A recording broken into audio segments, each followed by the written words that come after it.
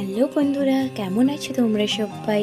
আজ সারাদিন আমি কি করলাম, সকালে জলখাবারে কি খেলাম, দুপুরের খাবারে কি খেলাম, ও সারাদিনে কোথায় কোথায় গেলাম, কি করলাম, তার একটা ছোট্ট ভিডিও নিয়ে চলে এসেছি। রাত থেকে যেহেতু বৃষ্টি হচ্ছে, সকালে ঘুম থেকে উঠে ছাদে উঠে দেখলাম চারপাশ পরিবেশটা, উফ, মেঘলা ওয়েদার না, দেখতে খুব ভালো লাগে। বৃষ্টি আস্তে আস্তে ওই দেখো গাছে কি সুন্দর ফুল ফুটেছে। কিন্তু দুঃখের বিষয় এই যে কিছুক্ষণ পরে আমি ফুলগুলোকে তুলে পুজো করে ফেললাম।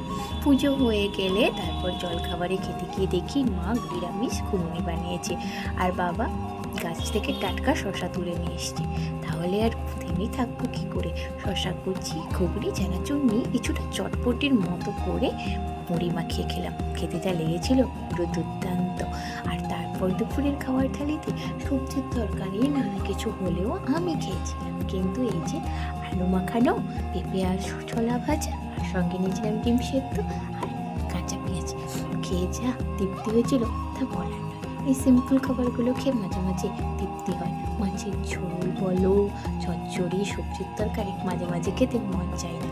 যাই হোক, দুপুরে খাওয়ার পর বাড়িতে বসে বিকেলে টুকটাক লেখালেখির কাজ করা, ফোনে ভিডিও দেখা ছাড়া কোনো কাজ থাকলো না, কারণ বাইরে বৃষ্টি হচ্ছে, বেরোনোর খুব একটা উপায় পেলাম না। যাই হোক, সন্ধ্যা হয়ে এলে তারপরে যে তুলসী তলায় প্রদীপ জ্বালিয়ে দিলাম। রাধা মাধবকে সন্ধ্যা দ্বীপ জেলে কিছুক্ষণ ওখানেই ভক্তি করে দাঁড়িয়ে থাকলাম, কারণ এ এক আলাদা অনুভূতি।